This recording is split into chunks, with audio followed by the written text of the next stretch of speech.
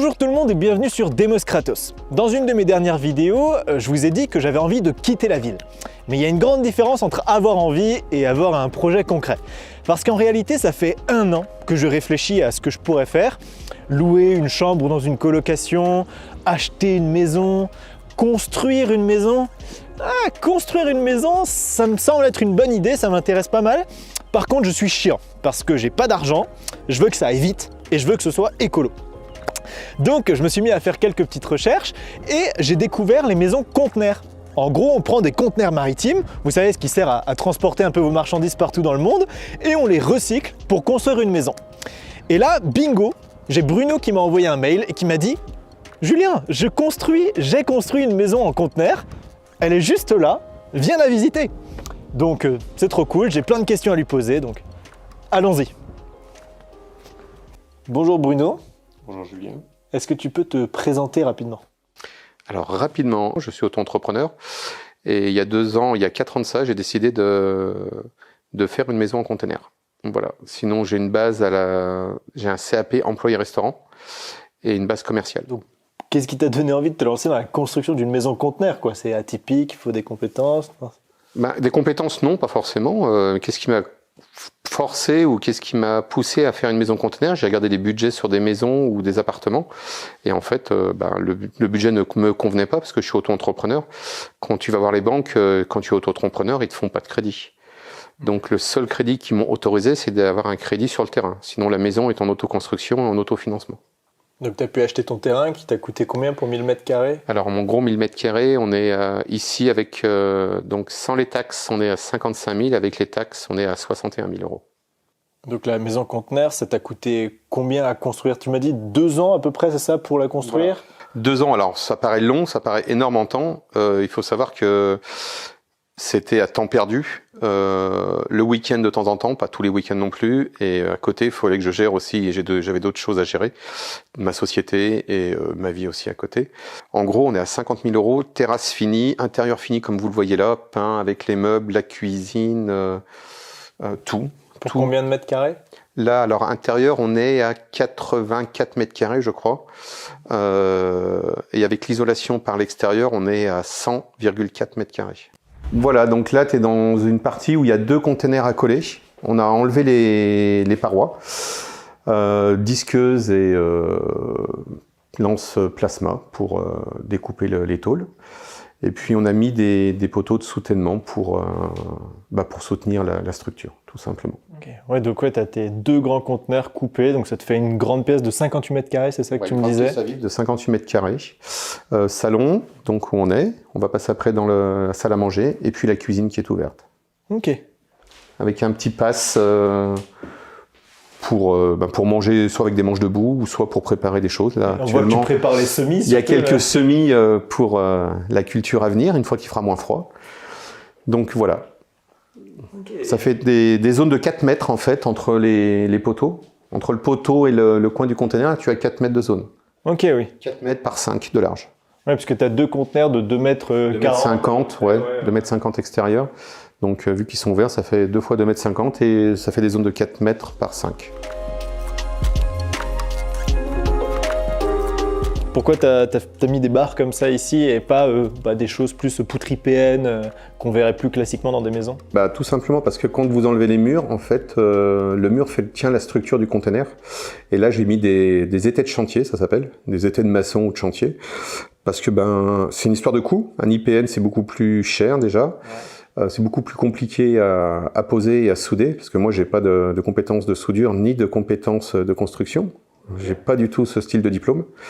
Et c'était des choses simples à faire par soi-même et qui sont démontables en plus par la suite, si on veut, pour faire autre chose. Et puis après, tu peux les peindre, en faire quelque chose d'un peu esthétique, quitte à mettre des LED autour. Enfin, voilà, on peut faire soit un coffrage, des LED, on peut remonter une prise de courant si on veut, puisqu'on peut passer le courant par le plancher, remonter dans la poutre, dans le coffrage. Okay. Donc là, c'est la partie... Salle de bain, donc. Une salle de bain qui fait, en gros, 9,50 m. Donc salle de bain, douche de plein pied, coin lavabo, coin technique, parce que là vous avez un chauffe-eau thermodynamique, machine à laver, sèche-linge, et le coin toilette qui est dans la salle de bain, on apprécie ou on n'apprécie pas. Après, on peut isoler en mettant un rideau, on peut mettre une porte, etc. Ok. Et ouais, du coup, tu disais, tu as pensé un peu toute la maison pour que ce soit PMR. Voilà. Au cas où à un mobilité jour, réduite, si jamais un jour il y arrive quoi que ce soit, ça peut vite arriver. Donc c'est tout étudié pour qu'on puisse passer en fauteuil roulant, que la douche soit accessible, même avec un petit fauteuil où il y a une marge de 3 ou 4 cm. C'est vraiment des choses qui sont étudiées pour ça, pour l'avenir. Il y avait cette logique, tu disais, économique. Effectivement, c'est pas mal. Une maison de 84 mètres carrés, un terrain de 1000 mètres carrés, tout ça pour 110 000 euros au total. En gros, 110 000 euros, oui, ça fait 110 000 euros avec Donc il y avait cette donnée économique. Est-ce qu'il y avait aussi la donnée temps? Est-ce que tu voulais quelque chose qui se construise vite? J'aurais pu le faire beaucoup plus rapidement, peut-être en un an. Je me serais peut-être plus épuisé. J'aurais peut-être été plus à saturation. J'aurais peut-être fait des erreurs. Là, j'ai vraiment pris le temps. Des fois, j'arrivais sur le terrain, je commençais à faire des choses, je regardais, je réfléchissais et je repartais pour analyser la chose sans être pressé par le temps. C'est un des gros avantages que j'avais, c'est que le temps, je l'avais, donc ça m'a permis de prendre mon temps et de faire des choses propres.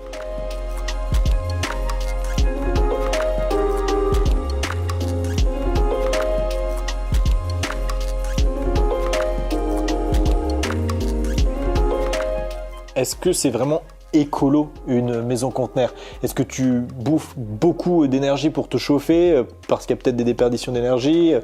En quoi ça serait écolo de faire une maison conteneur? Écolo, déjà, tu récupères des vieux containers qui vont être mis à la déchetterie, referraillés. Donc déjà, tu as déjà la structure, il n'y a plus qu'à la poser et la préparer. Tout ce que j'ai pu récupérer ou tout ce que j'ai pu acheter qui devait être détruit ou qui devait être reconditionné, les containers sont des containers de dernier voyage. Le polyuréthane, c'est du polyuréthane déclassé. Alors le polyuréthane, c'est pas naturel, certes, mais c'était du polyuréthane qui était déclassé, qui allait être redétruit s'il n'était pas acheté. Et j'ai touché ça, une misère, 10 € le mètre carré. Donc j'ai pas fait construire des matériaux exprès pour moi, c'était déjà des matériaux qui étaient construits, qui on va dire, sont recyclés, parce que fabriquer et détruire derrière, pour des défauts d'aspect, je trouve ça un peu stupide, et je préfère l'utiliser, puisqu'en plus on le voit pas, il est caché derrière un bardage bois. Et donc ça, c'est l'isolation extérieure, 16 cm. Ah oui. Là on voit bien polyuréthane et de côté ton passe-vapeur, c'est ça? Ouais, le pare-vapeur, voilà, c'est ça. Ouais. Mais là, la bouteille, la bonbonne de gaz, c'est que pour la gazinière. C'est que la gazinière. Tout le reste de la maison conteneur est chauffé comment, du coup? Donc la maison est chauffée avec des radiateurs électriques. Donc on a 2 radiateurs électriques pour une maison qui fait 85 mètres carrés. Ça va coûter cher en oui, c'est sûr. électrique. Alors, ça me coûte... à l'année, je suis... alors, au mois, je vais te le dire. Au mois, je suis à 80 € par mois. D'électricité. Électricité, donc, et chauffage. Et ton chauffe-eau, du coup, il sert à avoir ton eau chaude juste pour la douche et les lavabos? Ouais, c'est ça. Douche, lavabo, donc c'est un chauffe-eau thermodynamique français. Ça veut dire quoi, thermodynamique? En fait, il y a une mini pompe à chaleur. C'est une pompe à chaleur qui prend l'air ambiant de la maison et qui chauffe le ballon d'eau chaude. Ah. Il le chauffe 2 fois dans la journée, une fois le matin, une fois le soir, quand il a besoin. Et le restant du temps, c'est une VMC intégrée. C'est-à-dire, je prends l'air de la maison et elle est recyclée par la VMC. Mais du coup, tu as quand même du gaz ou de l'électricité ou quelque chose qui chauffe cette eau? Alors, il y aura de l'électricité qui fait tourner la pompe à chaleur, mais l'eau n'est pas chauffée par une résistance électrique.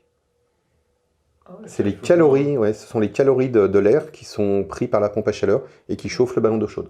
Donc ça te bouffe que dalle en électricité ou en gaz ou quoi que ce soit. Enfin, de toute façon, c'est pas... le gaz, non, parce qu'il n'y en a pas, mais l'électricité, j'ai déjà une VMC qui tourne à la base. Là, quand il y a la pompe à chaleur qui se met en route, ça consomme un petit peu plus. Mais c'est comme n'importe quelle pompe à chaleur dans une maison.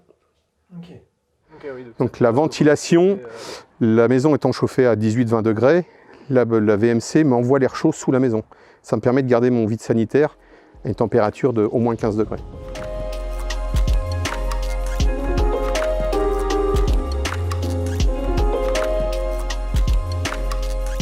On le voit hein, quand on regarde un peu ta maison, c'est vraiment un recyclage d'un peu tout, recyclage des conteneurs, mais aussi de bancs, on dirait des bancs de ville que tu as récupérés. Alors c'est des gens qui s'en débarrassaient parce qu'ils ont acheté un salon de jardin, on va dire plus au goût du jour. Et en fait, ils voulaient s'en débarrasser, le mettre à la déchetterie et je suis passé ce jour-là et ils me l'ont donné. Bah oui, mais t'as un peu de récup de partout, c'est ça, c'est l'esprit de tout ton endroit, en fait, c'est ça, c'est recyclage, et c'est ça le côté un peu écolo, non? Moi, c'est ma façon d'être écologique. Je recycle plutôt que de mettre ça à la déchetterie, que ce soit broyé, revendu, composté. On fait travailler les déchetteries, on reconditionne, mais on peut aussi le faire soi-même. Intéressant, et là tu nous disais ouais, les plaques du conteneur. Ah, et les tôles du container qui avaient été découpées ont été posées au sol l'année fin de l'été passé, enfin début de l'automne, pour tout simplement préparer le terrain. Donc là, si on lève les plaques, il y a un micro, comment vous dire, un microcosme d'organismes qui s'est développé dessous. Il y a des galeries de souris, il y a des fourmis, des vers de terre, et la terre est en fait devenue meilleure juste en laissant des plaques comme ça. Donc la plaque, ça fait quoi? Ça chauffe, non? C'est ça? Et du coup, ça attire de l'air. L'herbe ne pousse pas, donc vous avez une terre qui est plus aérée. Et en fait, c'est juste un coup de grelinette dedans, et après on plante, et c'est terminé. Donc encore une fois, c'est pas mal. Tu construis ta maison conteneur, tu gardes tes petites plaques, et tu peux te faire ça te resserre quoi, tout le temps en fait. J'essaie de me resserrer au moins 2 fois des choses pour économiser et pour tout simplement travailler aussi un peu pour la planète. Parce que la consommation, on fait de la surconsommation de partout et que c'est pas obligatoire maintenant. Mais c'est super, en tout cas, le message écolo avec Total et Peugeot. On est bien là. On est pile. C'est reconditionné.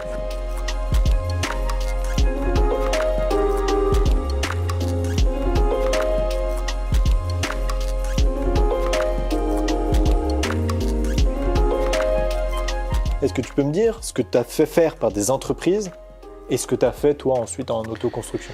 Alors il y a 3 entreprises qui sont passées. Il y a une entreprise pour le terrassement, parce qu'il fallait une pelleteuse, il fallait faire les tranchées, il fallait par rapport aux limites de terrain, par rapport au bornage. Donc ça, je suis passé par un professionnel. Le deuxième professionnel, ça a été les baies vitrées, parce que c'est le deuxième plus gros budget de la maison. Donc on est sur un budget, je crois, à 4 700 € sur les baies vitrées.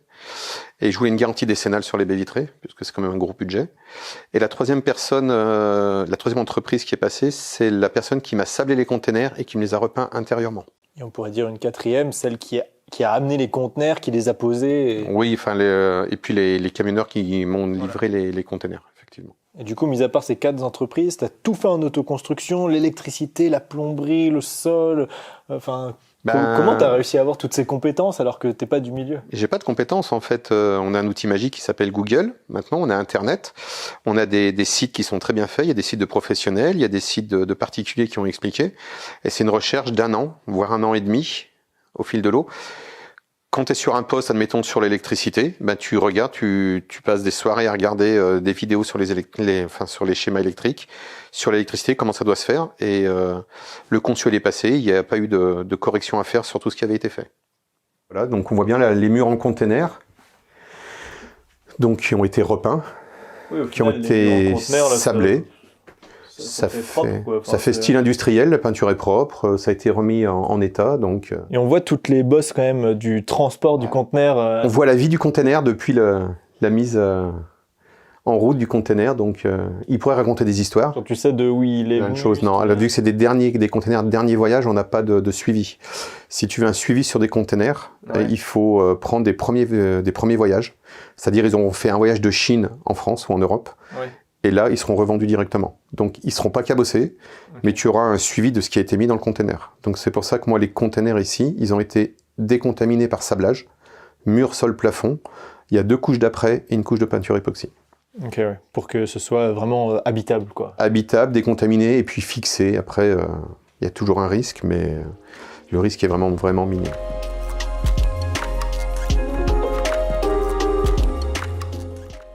Et alors, ça a été quoi les plus grosses difficultés sur ce projet? De tout gérer.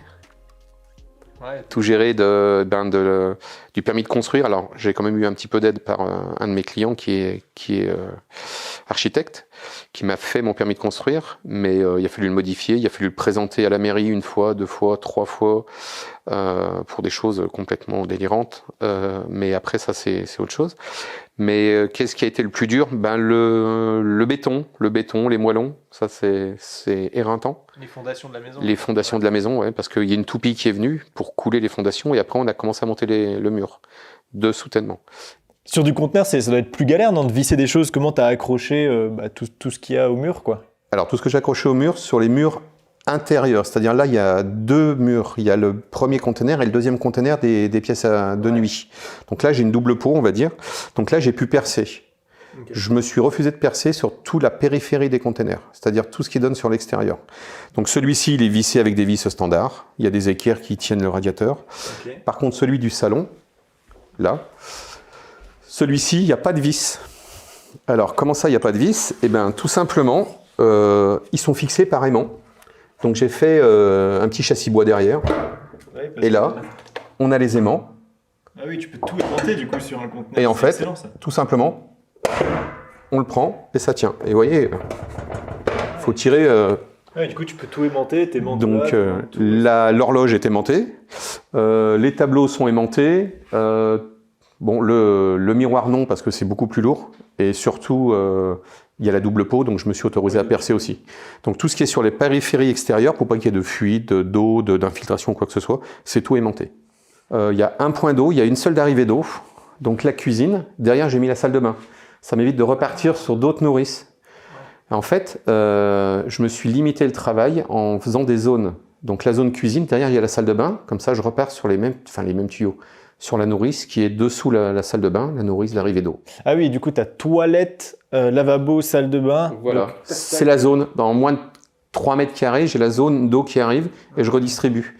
Économie de PER, économie de travail, enfin c'est tous des avantages sans avoir des inconvénients. Et tu nous montrais, tout est sur roue. Alors, pour pouvoir bouger tous les plans de travail. Si vous voulez faire un peu plus de place, vous prenez, vous le tournez, c'est sur roulette, vous avez un grand volume. Ouais, en fait, c'est ça, l'intérêt, c'est que tout est modulable. Ouais. Tout est modulable. Ce meuble-là est donc déplaçable. Le meuble à l'entrée où il y a les chaussures, on peut le décaler aussi pour faire une grande pièce. Oui, on se retrouve à 15 ici sans aucun problème. Et puis tu me disais un peu tout recyclage, quoi. T'as pas acheté forcément une cuisine tout équipée, t'as fait un peu avec tout ce que t'as trouvé. Alors, la cuisine, donc ce caisson, l'intérieur du caisson, c'est un caisson Mobalpa. J'ai récupéré aussi le tiroir coulissant avec tout ce qu'il y avait dedans, enfin pas les couteaux, hein, mais les... Ouais. Donc celui-ci de caisson et celui-ci, plus la plaque de cuisson, m'a coûté 50 €. Mais c'est vraiment récupération le maximum, et puis pour limiter les coûts. Tout ce qui est par contre placard suspendu, ça a été acheté. Et vissé du coup là dans la... Là, par contre ça a été vissé aussi, on le voit, je ne sais pas si on peut le voir ici, ouais, on a les accroches en haut qui sont vissées. Pourquoi? Parce que c'est la double peau. Donc il y a double paroi, là je m'autorise à percer.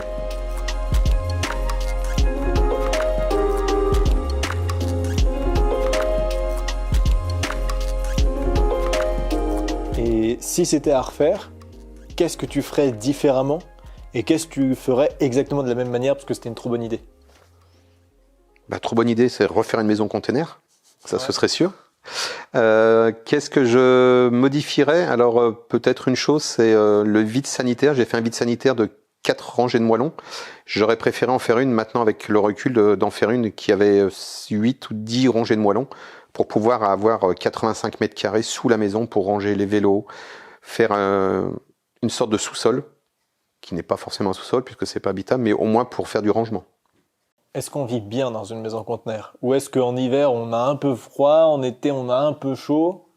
Alors, vous mettez un conteneur au soleil sans isolation, effectivement, dedans vous n'allez pas tenir, c'est un four. Là, l'avantage c'est que c'est une isolation extérieure, donc en fait le soleil ne tape pas directement dessus. Vous avez le bardage bois qui protège, un rideau d'air, 16 cm de polyuréthane, et après vous avez le conteneur. Donc en fait, entre ma maison et la maison des voisins, l'année passée, je crois qu'on avait 2 degrés d'écart, ils étaient à 35, je devais être à 32 ou 33 dans ma maison. C'est vrai qu'au final, l'avantage de vivre ici, c'est de vivre à moitié dehors, à moitié dedans, quoi. Alors l'hiver, on vit dedans, et dès qu'on peut profiter des beaux jours du soleil, et quand il n'y a pas trop de vent, on vit dehors parce que c'est quand même agréable. Derrière, on est sur des terrains agricoles, il y a des forêts, il y a des bois. Là, tu te dis, 1000 m², c'est peut-être pas méga grand, mais quand tu vois la vue que tu as devant toi, en fait, c'est magnifique. T'as pas 1000 m², t'as 100 000 m² devant toi qui s'ouvrent. Ça ouvre tes horizons, quoi. C'est le soir, quand tu rentres, quand tu as fini de travailler, quand tu viens, tu te poses sur la terrasse, les doigts de pied en éventail, ta petite bière, ton petit panache ou ce que tu veux, et puis tu profites. Le soir, tu es tranquille, tu profites. Des fois, on voit passer des lapins, des chevreuils. Donc, c'est vraiment un coin nature.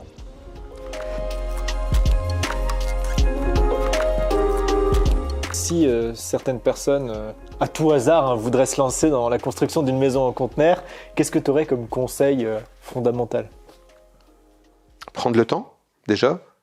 Bien réfléchir à son projet, savoir ce qu'on veut, et ne pas hésiter à poser des questions à des gens qui sont compétents ou des gens qui en ont déjà fait, ou même des professionnels du bâtiment pour certaines choses. On ne peut pas tout savoir. Google nous apporte beaucoup de réponses, mais il y a des petites astuces, des petites choses que la personne et l'être humain t'apportera quand tu vas discuter avec lui.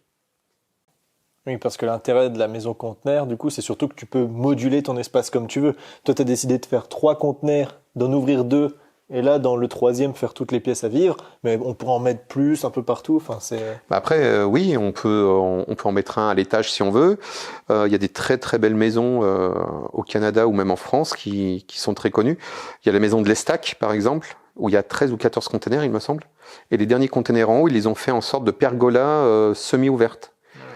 Ils ont fait un garde-fou, en fait, et ils ont la vue sur le port. Ouais, la maison conteneur, c'est modulable. C'est modulable, ça va se démocratiser, c'est limite l'avenir. Je pense que petit à petit, les gens vont y venir. C'est vrai que ça peut faire peur au début. C'est pas du mobil-home, c'est beaucoup plus costaud, c'est beaucoup plus pérenne dans le temps, c'est beaucoup plus durable. Il n'y a pas de problème de fissure de mur. Vous avez besoin de nettoyer les murs. Là, moi, j'ai mis les murs en métal. Vous me prenez une éponge, vous nettoyez le mur. Vous n'êtes pas obligé de refaire les tapisseries, puisque vous pouvez mettre de la déco, soit des stickers, soit ce que vous voulez. Vous pouvez aussi on peut aimanter, ouais. On peut aimanter, donc oui, les cadres qui sont posés sont aimantés. Vous pouvez l'adapter comme vous voulez. Vous voulez mettre du bois, vous mettez du bois. Vous voulez mettre du placo, vous pouvez mettre du placo. C'est vraiment modulaire comme on veut. Mais alors, c'est quoi les limites, et on terminera là-dessus, de la maison conteneur? Les inconvénients? Les inconvénients ou les limites? Les deux. Alors l'inconvénient, c'est que vous êtes dans une cage de Faraday et que le téléphone ne passe pas beaucoup et que ça, c'est quand même un point aussi à voir. Après, on est plus protégé des ondes de l'extérieur. Ça, c'est le côté positif. Mais après, il n'y a pas de limite. On peut commencer sur une maison de plein pied à 2, 3, 4 containers. On peut faire un étage. On peut creuser, mettre un container dans le sol pour faire une cave tempérée. On peut poser un container au fond du jardin pour en faire une piscine. On pose le container, on met un liner dedans, ça fait une piscine, il y en a de plus en plus. Un container, vous le mettez en vertical pour faire une tour d'observation, vous pouvez aussi. Vous mettez un escalier dedans, il n'y a pas de limite au container. On peut découper les containers comme on veut, on peut les aménager comme on veut, ça va être... On parle des tiny house, mais il peut y avoir des tiny containers. On prépare un container, on le met sur une remorque, on s'en va avec. Comme on disait, modulable, on peut faire ce qu'on veut, quoi. On a la structure et après, pas de libre limite. à l'imagination. Libre à l'imagination, on peut vraiment faire ce qu'on veut. On arrive à la fin de ce reportage et si les maisons en conteneur maritime vous ont convaincu, eh bien c'est le moment de s'abonner à cette chaîne YouTube et surtout d'activer la cloche des notifications parce que ce serait bête de louper la vidéo qui sort la semaine prochaine sur la chaîne et qui abordera comment construire une maison en conteneur de A à Z. Bruno m'a convaincu. Maintenant, j'ai envie de construire ma maison en conteneur. Donc, j'ai discuté pendant une bonne heure avec lui de tous les détails techniques. Avec lui et avec Antoine, que vous avez déjà vu sur la chaîne YouTube, qui a fait des vidéos avec moi pendant plus d'1 an sur cette chaîne et qui maintenant a fini ses études d'architecture. Donc, il va pouvoir bosser avec moi sur le projet et faire quelque chose de propre. Donc voilà. Abonnez-vous, continuez à suivre ce qu'on va faire parce qu'il va y avoir du lourd, du très très lourd. Et si vous voulez nous aider à financer toutes ces vidéos, tous ces prochains reportages, soutenez-nous sur Tipeee. C'est très très important, on dépend de vous pour faire ces vidéos. Donc tous les liens sont dans la description de la vidéo. J'espère que ces nouveaux sujets vous plaisent, j'espère que ça vous fait plaisir qu'on aille un peu de nouveau sur le terrain, à l'air frais, loin du Covid. Et moi je vous dis à bientôt sur Demos Kratos.